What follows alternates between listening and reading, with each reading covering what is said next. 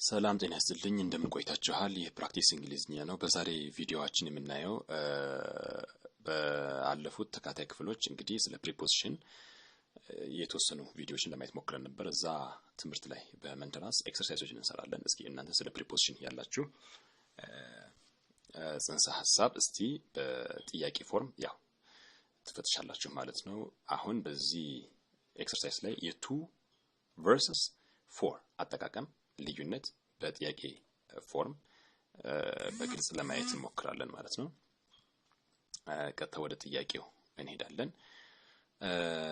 እነዚህ ከ1 እስከ 10 የተሰጡ ጥያቄዎች ላይ to ወይም ደግሞ for በብላንክ ስፔስ ውስጥ በማስገባት አረፍተ ነገሩ ሙሉ እንዲሆን ማድረግ ነው እንግዲህ ትንሽ ቪዲዮን ፖዝ አድርጉትና ጥያቄውን በስነ ስርዓት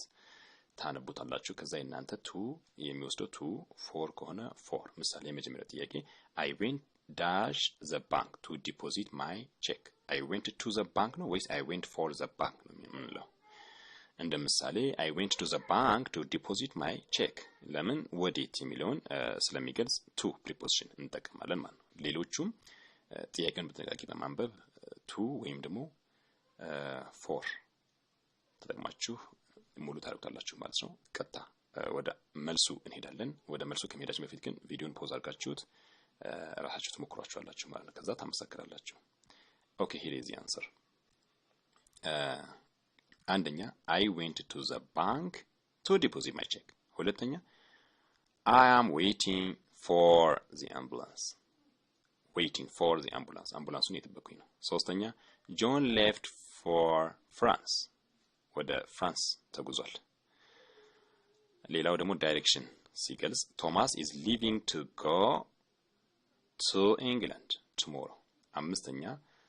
ሞቲቭን ሲገልጽ the bookstore closed for the holiday direction the clerk left to go to the chapel the clerk left for the sanctuary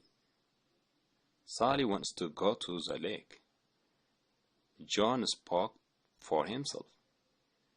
John spoke to himself. ሁለቱም መጠቀም እንችላለን ማለት ነው to እና for በአረፍተ ነገር ውስጥ እንዴት እንደምንጠቀም በዚህ መልኩ አይተናል ማለት ነው Thank you for watching the video. I think it's very useful. ሰላም ጤና ይስጥልኝ